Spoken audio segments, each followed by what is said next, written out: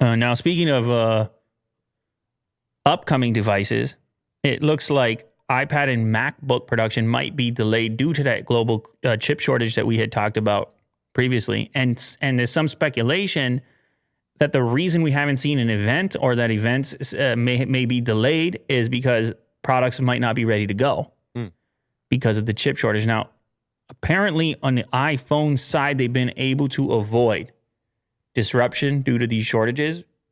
But according to this new report, they have not been able to avoid these shortages when it comes to iPad and MacBooks.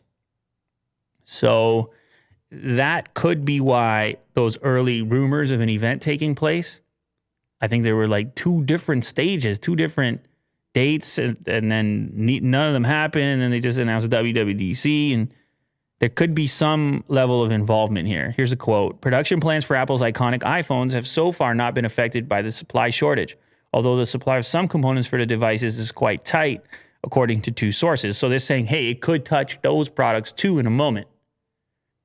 Overall, the component shortage remains a supply chain issue for Apple and has not yet had an impact on product availability for consumers.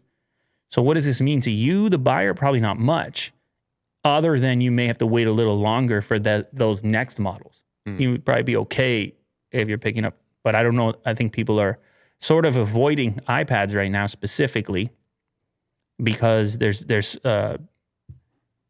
most of the speculation is pointing at new ones relatively soon.